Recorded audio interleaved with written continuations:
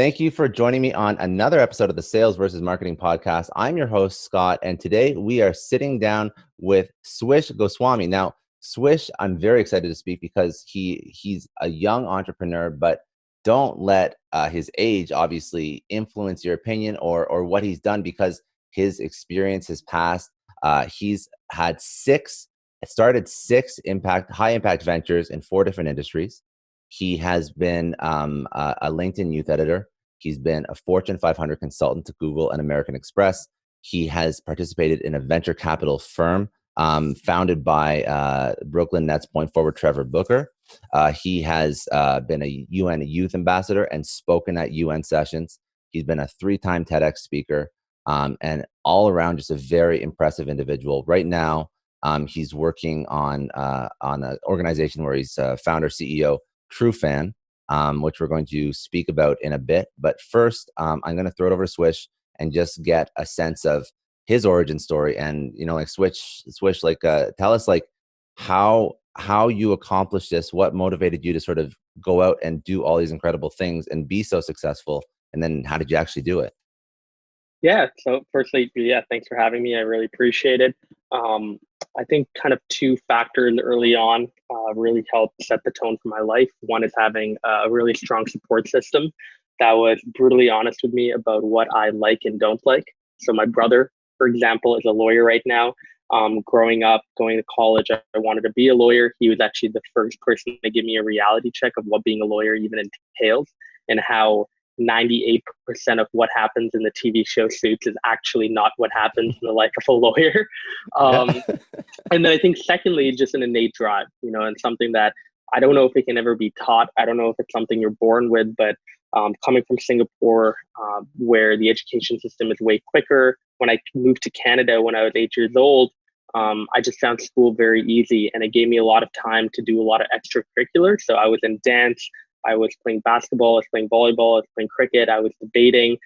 It allowed me to kind of get my interests in various fields and then start this interesting, pattern of curiosity that was just throughout my childhood. Anytime I was very interested in something, instead of just thinking about it, I was actually going to go and try it out and do it. So that innate drive and that curiosity was definitely the second thing that's brought me to where I am right now. So I want to learn that after. So that makes a lot of sense, and I think that the strong support system is probably what has enabled you to be successful. Yeah. Definitely at the beginning, because that Mhm. mentorship. Because a lot of people, I think, may not have that if especially if their family isn't like an entrepreneurial go getter type family. But so what's coming? I want to just understand, like, coming out of, okay, so you are a go getter, you are motivated. Um, you've had 6 companies. Obviously, I'm assuming there's been a lot of struggle, a lot of stress. Oh What yeah. has Yeah, like I know entrepreneurs with like one company that like lose all their hairs year one. So how, and also outside of just building a company, what motivated you to build out your brand? Because Totally. company is one thing, brand is everything else. And then we can start speaking about what you're doing now. Yes, I mean, ever since I was in high school, I was interested in business. One of the first companies I created was actually part of a program called Junior Achievement. It's a Canadian-wide program helping high school students to come together, learn how to build a business, and then sell product within 6 months. And we built a custom lapel pins company. We sold about $27,000 worth of pins in 6 months, became Southwest Alberta's Company of the Year. We were nominated for Canada's Company of the Year. And that was a really awesome way for me to show my parents that the lawyer, engineer, doctor route might not be right for me. Because my parents Hmm. weren't entrepreneurial. My brother definitely wasn't entrepreneurial. I didn't come from a family that encouraged entrepreneurship. But I was also blessed that I didn't come from a family that discouraged entrepreneurship. So they were just neutral. They didn't know what to think about it. But when they saw, all right, cool, 6 months, the program, he did really well, the company did really well, maybe there's something there.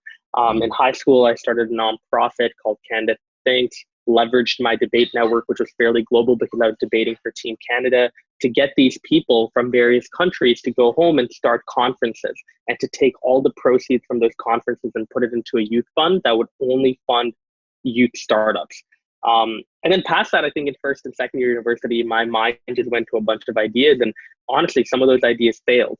I wanted to start a food distribution app called Food Share with Quinn, one of my best friends at the University of Toronto in first year. And we built out a prototype of the application, and it didn't work because of regulation. It's illegal to make money off donated food. And secondly, just we didn't have the focus I think that you need to try to get an app like that to get off the ground. So it wasn't like everything that I've started had just become gold. I'd actually say it's quite the contrary. But I think especially in the last 2 years with TruFan, the biggest thing that we've learned, and by we, I mean my co-founder and I and the rest of the team now that's 13 people strong, we've really learned to just hone in on our skills and focus in on what makes us special. And the best part about it is we can now do that on a daily basis because of the fact that we have other people to count upon and trust. I forgot the second part of your question, so could you repeat that? Yeah. Now I'm thinking back. I'm actually, that's something that I shouldn't do. I hate compounding questions because of this exact reason, but I got excited, so I Yeah, apologize. no worries, no worries. I actually can't remember what I asked, but I was, as you were speaking, and oh, I wanted to speak about TruFan, but I wanted to sort of line it up. So you do a lot of speaking engagements. So you Hmm. spoke at the UN, you've spoken, I guess, well, up to what I've researched, 3 times at TEDx. I don't know if you've done more, but you've done World No, Business just Dialogue. three is good enough for me. Is good enough. So whenever you speak, there's obviously like a passion behind Yeah, the things that you deliver to audiences, and obviously there's something that's there that people can relate to. So has that what is that what is your topic that you love to sort of speak about, and has that influenced what you're working on now? I don't know, I'm just, this is something that I totally. want. And this Yeah. actually kind of made me remember your other part of the question too, which was why the impetus to start a personal brand as Yes, well. yeah, Yeah, that's right, that's yeah. right. So I'll tie it into the other. I think the reason why I wanted to create a brand as well is because I realized that whether you want one or not, you have a personal brand. And that's very important.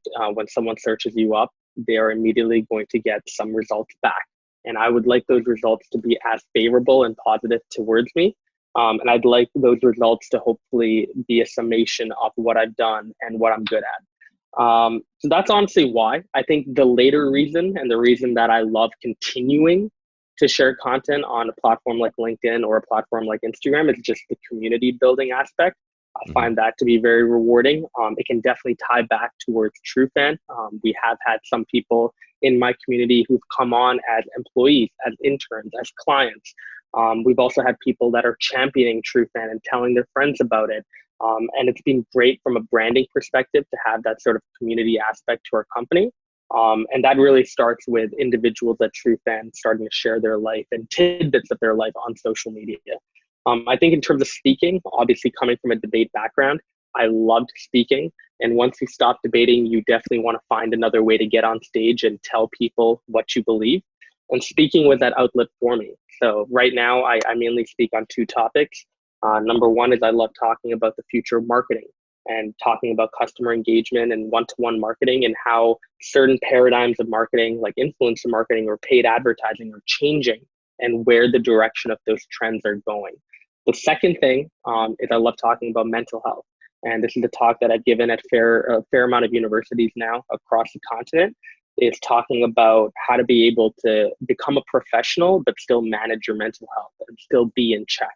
And that's a very important topic for me, especially because of the people around me and some of the people that have faced mental health illnesses. And just, the feeling of being helpless and not being able to talk to them and understand what they're going through. That's something that I definitely wouldn't want anyone to go through. I think that I want to just have a quick section, very, very brief on the mental health aspect, because I think the future of marketing will sort of dovetail into TruFan. Yeah. So for the mental health of individuals within organizations, entrepreneurs, what is the high level messaging, like the true takeaways that can help people understand that a high performing individual needs to focus on their mental health, and what sort of avenues can they take to sort of make sure that they have an outlet to engage with, or I don't know all the nuances Yeah, of, but I really totally. just want to, like, Totally. oh yeah, you know what I I, mean? I mean, I think the two biggest takeaways from any of the talks that I give mental health are this. One, everyone has mental health. I think Obviously there's a stigma still associated towards it. It's definitely gotten better in the last 5 to 10 years. But the fact is that every single person can relate to this topic, whether or not you have an illness. So you don't need to be a schizophrenic. You don't need to have bipolar in order to be able to empathize with mental health and in order to understand it. I do believe that mental health is on a spectrum, and it goes from one side to another side. And on any given day, you will fluctuate on that spectrum. You're not always going to be ultra happy. You're not always going to be very sad. And so it's worth noting that you can be a part of this conversation, and you should be. The second thing is to note that in a world where we're inundated with a lot of technology and there's so many apps online for you to be able to meditate, you don't need to go to that extent, I think, in order to be able to check up on your mental health. I think even taking 10, 15 minutes aside every Sunday to go for a walk or to just sit at a table with no agenda of what to do, but just to think about how your week went, those reflections that you'll do every week, every day, every month for yourself will really go a long way. So I think the standard that I'm trying to get people to live up to isn't that high. You don't need to download Calm and be an active user on it. You just need to find time to check in with yourself. I think that's incredibly important for especially entrepreneurs when they're, essentially going through a lot of things on their own, but also people within organizations that may feel like, again, that stigma that they, just because I'm stressed at work doesn't mean I have to go look for help or whatnot. I think people should proactively monitor their mental health and well-being because we're always on and it's very difficult, so. Yep. Okay, let's speak about the second favorite topic, which is probably why TruFan exists. So the future of marketing, the paradigm shifts, influencer marketing, social media, like the amount of access that we have. So what spawned TruFan? And what is TruFan? Let's walk through that. Let's walk through what is TruFan and how it came to be. Sure. So what is TruFan? TruFan is a social intelligence platform. That's how we branded it. And I'll explain what that means a bit later. But we're a social intelligence platform that helps brands engage with their grassroots communities. So those grassroots communities are made up of your brand advocates, your super fans, but they're also made up of micro influencers that are following you, they're engaging with your content, and they have local influence. So instead of finding people that are not connected with you, they're not aligned with your product or service, but they have 1 million followers, Onik and I believe that if you go after TruFan and you buy our product and go empower your end consumers that have local influence, you are likely going to be better off. And those engagements will be cheaper. Those engagements will yield better results. That's what TruFan is all about. The original impetus to start the idea came about 2 years ago. The first iteration of what we wanted to build was just a simple platform to help any celebrity or any brand come on and just find their top fans so that they could reward them. So if you're releasing an album, you should be able to give a sneak peek of that album to your top 10, 15 fans. If you have a product coming out, you should be able to get all your user testing done through your top brand advocates.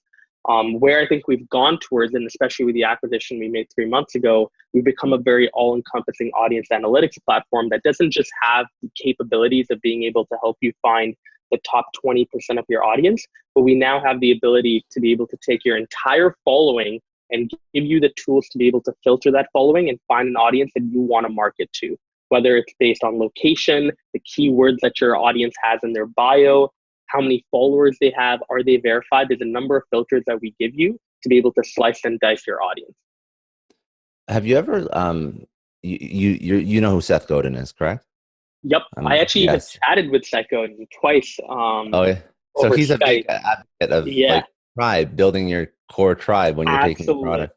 So that sounds like you're building it like a SaaS product and like you're almost like codifying some of the concepts that he speaks about a lot, and like he's like a marketing genius. Like, so I totally get this, but I don't see a lot of companies doing this, if any. Yeah. Honest. And a lot of brand, like we my co-founder and I attended a conference in California recently, and it was called the Brand Week Conference. And we heard a lot of brand managers from Fortune 500s come up and say, we want to empower our customers. We want to be able to activate our own audience and not have to rely on external influencers. But what we found so ironic is that's what we believed 2 years ago. The industry hadn't tilted towards that direction yet. And now we're starting to see this trend towards finding organic influencers, people that are directly aligned with you. They don't charge as much, they have higher engagement rates, and they're already aligned with your brand because they already buy from it. That's the trend that we're seeing right now. But I definitely think the problem that TruFan is trying to target has evolved as well. 2 years ago, we had a simple problem. We were like, customer loyalty doesn't go two ways. And a lot of brands aren't factoring in social media data when they think about customer loyalty. But now the problem that we've identified is way bigger. We've identified a problem within paid advertising and within influencer marketing. And it's what we believe is a bubble that is going to explode.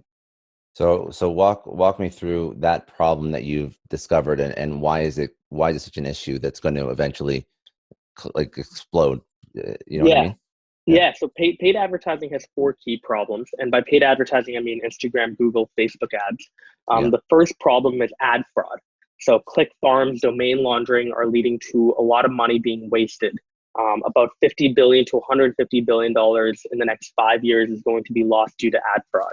Second big issue is that ad blockers are on the rise. So my co-founder and I both have our ad blockers on YouTube. About 40% of North American YouTube users have ad blockers on, and that number is only rising globally. The third is that brands have no clue where their ads are being put on. I know Verizon and JP Morgan last year had issues where their ads were being put on top of racist YouTube content. And that's a big issue, right? Imagine waking up as a PR manager and being like, well, I had no control in this, but now we have a PR crisis to deal with. And then the fourth and final reason on why paid advertising, in my opinion, is a bubble that will burst is we think there's a difference between selection effect and advertising effect. So I'll give you an example to describe this. Imagine that we were all in a pizza store, and you and I were employees at the pizza store. We were told, all right, the person who sells the most is going to win this month's challenge. You decided to go outside the store and start trying to give coupons that way. Instead of doing that, I beat you by staying inside the store and giving coupons to people that were in line already. That's literally what paid advertising is there's no way to truly understand whether advertisements are going towards people that didn't already have buying intent. So the ads that you're showing as Puma to shoe lovers, how do you know that you're actually hitting an audience that wasn't already going to buy from you?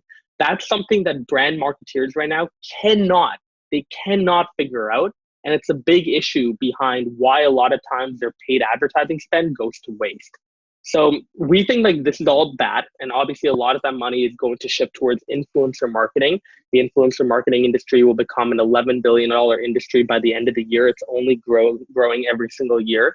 But influencer marketing in the way it was done previously is also problematic. My co-founder and I noted that a lot of times brands have been spending frivolously on influencers that have fake engagement, they have fake followers. Just because they have the million followers, people will pay them. And the big metric that a lot of brands are trying to look for is impressions, views. They're not trying to look for conversion. So we think there's a much better model of influencer marketing that you can do, and that's through our platform by empowering your own audience made up of super fans, brand advocates, and micro influencers that will likely yield better results in the long term. Now, do you still see, because that's always the issue with influencer marketing, right? It's not measurable to the same extent as paid, but now you're saying, well, what's the point of measuring paid if it's already going towards people that are already buying? So how do you solve for like even so I totally understand where you're going with TruFan with like you're niching down into these micro influencers with like hyper targeted, like great engagement, but how do you remove I guess the aversion to throwing money in and still not seeing it? Like, how do you know that they're authentic, they're genuine, even if they're smaller? Great question. So there's a couple of answers to that. A is we actually have added in an element of measurement to be able to allow you to measure before and after a campaign how it did. So first of all, when you come onto our platform, you're actually able to see every single profile and you're able to see how many fake followers they have. We actually have like an accuracy rate now of about 98%. We did that through the previous founders of Social Rank. They bought a bunch of fake accounts. They built out an ML program to be able to analyze which were fake followers and which were not. So for us, the first thing right off the bat is, you can test these people before you even reach out to them to see how many fake followers they have, and to also really understand, all right, does this person have an audience that I'm not already targeting? You can do that. You can take their audience, you can take your audience, and you can do an overlap to see how many people overlap between this influencer's audience and my brand's profile. And if it's a lot, maybe you don't want to work with them because you're not going to reach a new audience by working with them. So you can validate an influencer even before a campaign starts. After the campaign is done, you can measure the results of that campaign by going back and looking at that same overlap. Because hopefully, if that campaign was done well, there are going to be some people that trickle over from that influencer's following into yours. And that's something that's important to measure, especially over time. So a key example that we always talk about is Sprite and LeBron James. They signed a partnership a few years ago. It's worth noting that we can actually go back to 2018 and see what the brand overlap is between LeBron James's followers and Sprite. It was, I think, about 200,000 people. Now, let's take a look at it in 2020. Has that number grown? Has Sprite truly got a benefit from having LeBron James as a brand ambassador? That's something that we can quantify on our platform. Now, so this is all great, and I believe in what you're saying, but what about the paid ad platforms that the influencers are on that are constantly trying to take, in theory, like you hear about the algorithm changing, Instagram is no longer showing the same organic reach to an influencer's following as it once did, and the conspiracy theories that they want to take some of that ad revenue and turn it into paid ads on Facebook and Instagram and whatnot. So all these companies have like billions of dollars, but influencers are just these small little sole proprietors mostly. How do they combat like the changing algorithms to stay relevant? What do you see the future of that sort of dichotomy looking like? Yeah, I think, look, there are going to be a bunch of influencers that truly care about the algorithm. I think the ones that are going to win in the long term are going to have a key focus beyond just the algorithm on their community. Like, I think it goes a long way when you can go out of your way and reward your community, make them feel loved, and make them truly, truly believe in the message that you're sharing. So the number one example of someone that I think has done this really well, in my opinion, is David Dobrik. You take a look at it, it doesn't matter what way the Instagram algorithm goes. His videos are still going to go viral. His photos are still going to have millions of likes and millions of people commenting. And the reason why is people have fallen in love with who he is. They find him authentic. And more importantly, he actually cares about his community. He reaches out to them. He rewards them with merchandise. He spends time doing live stream and answering their questions. These are the people that I think are generally going to win. And that's what I've actually, to an effect, done on LinkedIn as well. Obviously, it's not such a big scale as a David Dobrik, but the reason why LinkedIn is still a big platform for me, despite 3 years of algorithm changes, is because I've invested a lot of time in talking to my community, whether it's talking to them on the phone on a 5-minute call or talking to them in the comments, where I still, to date, try to reply to every single comment that I get.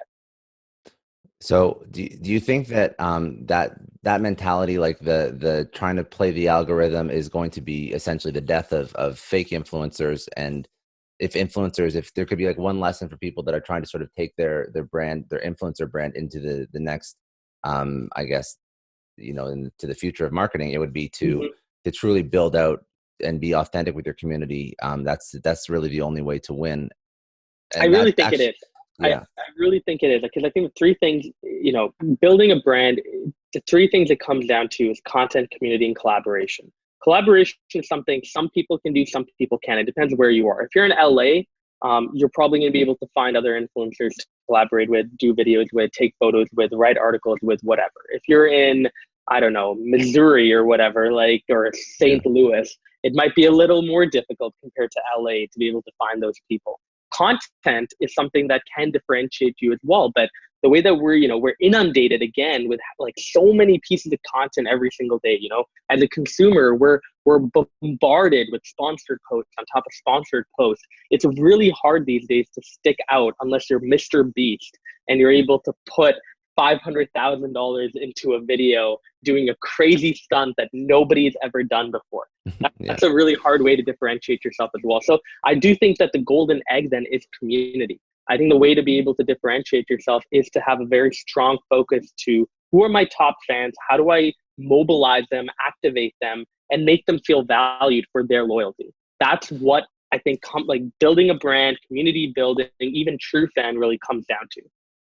Now, do you have because I would love to understand like some of like case studies that TruFan has worked on that have Hmm. shown measurable success. Can you speak to some things like that that could really drive the point home for people that Totally. first of all are they may not be comfortable with influencer marketing yet, or if they are, they don't understand or have ever have any experience with doubling down on marketing to like their own following.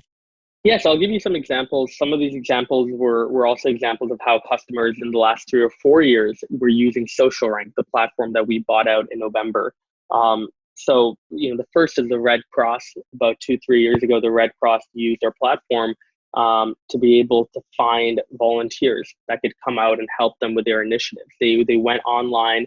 They found people that were using the hashtag or were mentioning the Red Cross in posts, and they were reaching out to those people and asking them to join their volunteer base. The second example, this is a current client of ours, is Netflix. Netflix is currently using our platform, not even for marketing, but just to make strategic business decisions by understanding, all right, what is the main audience that is watching Orange is the New Black? What is the main audience that's watching Stranger Things? And let's understand what sort of programming we can put out next that might be able to either cater to these audiences or cater to an entirely different audience that we haven't tapped into. And this is very vital, especially because of the fact that platforms like Netflix are also trying to cater to an international audience now. They're trying to build original programming, not just in North America, but in other places like India, where the entire cultural paradigm is very different in those countries. The third example I'd bring up is United Talent Agency, still an existing customer. And they use it for being able to find brand affinities between their talent and brands that they're trying to work with. So one of their key talent is Chris Pratt. If Chris Pratt tomorrow wanted to work with a watch brand, they could come onto our platform. They could run Hublot watches. They could run Chris Pratt's account, find the brand overlap very easily, and see, all right, is there a big overlap? If there's a big overlap, then let's go to Hublot and tell them that this is a seamless partnership. If there isn't a big overlap, that still could be spun in a good way, because we could go to Hublot and say, hey, do you want to reach out to an audience that genuinely doesn't follow Hublot right now? So it's kind of a win-win for them. If there's a big Yeah. similarity, even if there isn't a big similarity, they can spin it using data in a way that can make that deal happen a lot quicker. I like that a lot. It makes a lot of sense, and I understand what you're doing. I wanted to sort of tee this up with a couple like insight questions through your experience. But before I get into that, I just wanted to open the floor for anything in terms of like future of marketing or what TruFan's doing. Is there anything that we didn't cover that you wanted No, to talk about? no. I think honestly, I'm very impressed with myself. Normally, I'm not very good at describing what we do at that level, but I'm pretty No, happy with myself. So appreciate it.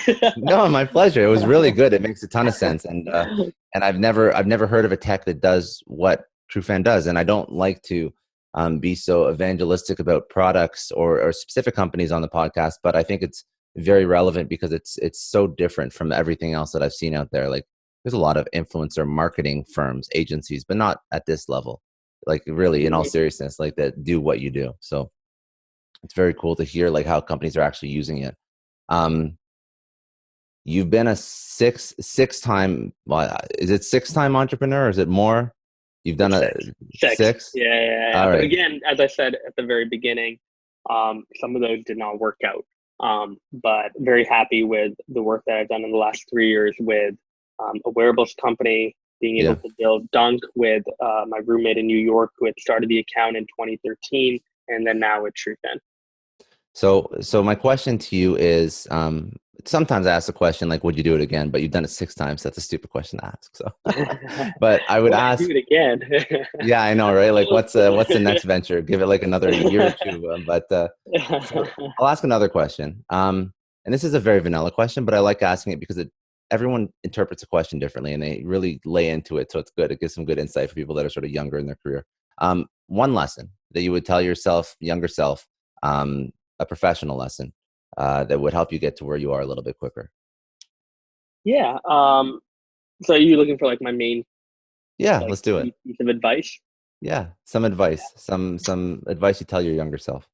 Yeah, I think I mean, if I was looking back at like the 18-year-old Swish, Yeah, I know I you're think not old, so it's like hard yeah, to. 4 years ago, Yeah. I would tell him, first of all, don't sweat the small stuff. I think this is something that my brother told me, and his words have still kind of rung a bell in my ear, because a lot of times I think I freak out by being like, oh my God, there's so much to do. Hmm. And I need to do this quickly. And like, you feel like you're in a race with not only yourself, maybe your friends, maybe society, maybe what people are telling you to do. Just don't sweat the small stuff. I think every single person is on their own path. Every single person hopefully will find success at their own given time. Don't rush that process. Enjoy that process and take away as much as you can from it. I think number two is my another the piece of advice that my brother gave me is don't eat the marshmallow. And what that means is there are going to be a lot of distractions that come up. And this is something that I faced 2 years ago. It's something I faced last year, something I even face right now. But I think I've become better now at putting the distractions aside and really trying to focus in. So when you get to a certain level, when you start making moves, you're always going to have opportunities around you that you can capitalize upon. So it's worth noting that there's always a time to say no. There's always a time to say yes. And being able to prioritize the current projects you're working on, especially if you really believe in them, is a skill that you will need to develop. And then the third and final thing is an advice that I think has very much affected my life, which is your net worth is your network. Focus as much of your time, not just on building your business, but on trying to build up a strong network. The most organic way, in my opinion, of doing that is by interviewing people. So if you want to start a podcast, record it even on GarageBand and export to SoundCloud. Do it in the most scrappy way if need be. You don't need to go out and buy $200 mics right off the bat. If you want to write articles, go on to Medium, go on to LinkedIn, and find time to interview other people. I think 99% of people love talking about themselves. I am Exhibit A. It is Yeah. far easier, I think, to be able to Yeah. reach out to someone and get them to say yes to an interview than get them to say yes to a coffee. So instead of taking time away from someone, I think it's always great being able to create the foundation of a relationship upon you giving value to them by interviewing them. So that's definitely something I would do if I was looking to grow my network, is interview people, follow up with people, make sure you value your network, make sure you're not just trying to reach the next person, next person, the next person. Invest time in really caring for your network. I love it. Those are all very good takeaways. Thank you. I appreciate that. I Thank like you. that. Yeah, there was no limit on the amount of advice, so I'm glad you went into all those. And then the last question that I always ask, because I always find that people that are high performance individuals in a company, entrepreneur, whatever, they always have sources of knowledge. So it could be podcasts, audibles, could be mentors, people they love Mhm. listening to. What have you learned from, or what are you learning from now, that you think would be relevant for someone else to look into? Yeah, I think I'm not a big reader, sadly. However, am a big watcher. I don't know if that's a word, but I watch a lot of YouTube videos. I watch a lot of movies. I consume a lot of content that way. Um, I think the thing that I'm learning right now that perhaps I wasn't learning as much 2, 3 years ago, um, is I think appreciating your surroundings. I think that's a big thing that my co-founder especially has taught me. He's from the West Coast. He's from Vancouver. They have water and mountains and all sorts of beautiful things there. We don't tend to have that, I think, in Toronto, No, um, no, we don't. or Calgary for that matter, where I grew up. Geez.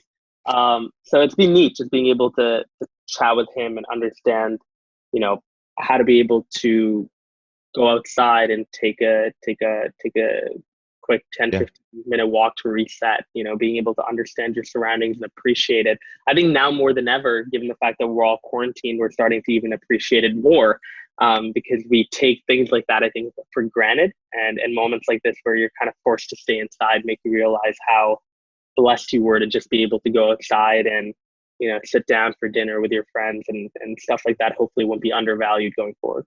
yeah, definitely. And I think that also is something that, we sort of touched on it before, the mental health and always being in front of a screen and always being on, like, simple things that I think our parents were more accustomed to, not always having a second screen in front of them, and Yeah. grandparents, like, we have to sort of uh, bring those things back a little bit. because listen, it's so easy to be on your phone or computer like 24/7 right now. So Very true. Very true. yeah.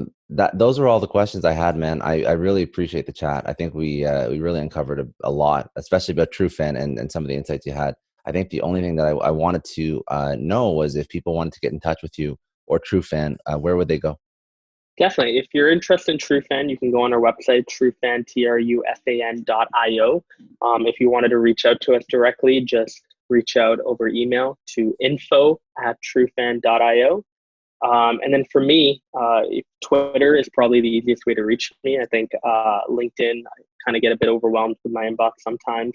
And Instagram, I don't really check my message requests as often. So Twitter, where I don't really have much of following, and I still do check it for the news. I think it's the best way to reach me. You can reach me at Goswish, Goswish. And even if you decide to reach out to me on other platforms, if you just say, hey, I listened to this podcast and really liked it or whatever, or I hated it, you can even tell me that. That's not a problem. I You can will tell me that respond. too, because then I'll that's probably some good feedback. Yeah. Exactly. But no, I will reach out. I will, like, it might take me a bit of time, but I 100% will reach out because I do try to get back to people as soon as possible. No, I really appreciate it. And like, it's you've done a lot and you're a very busy person, but it is, you sort of practice what you preach. And even when I just, cold emailed out of nowhere, I've seen your stuff on LinkedIn for a long time, and I appreciate what you're doing, and you were very willing to jump on. So I really do appreciate that, man. Thank you. No worries. Thank you for having me. This is great. Love the conversation. Yeah, no, likewise. All right, so that's all I got. So this has been another episode of the Sales versus Marketing podcast. As always, if you haven't already, please like, subscribe, comment, and rate the podcast. Share it with your friends, family, peers, coworkers. Any rating's fine as long as it includes 5 stars. And you can download and stream this podcast wherever you can download podcasts. You can also catch it on YouTube as well. So as always, have a great week. Have a productive week, and we'll speak again soon. Bye now.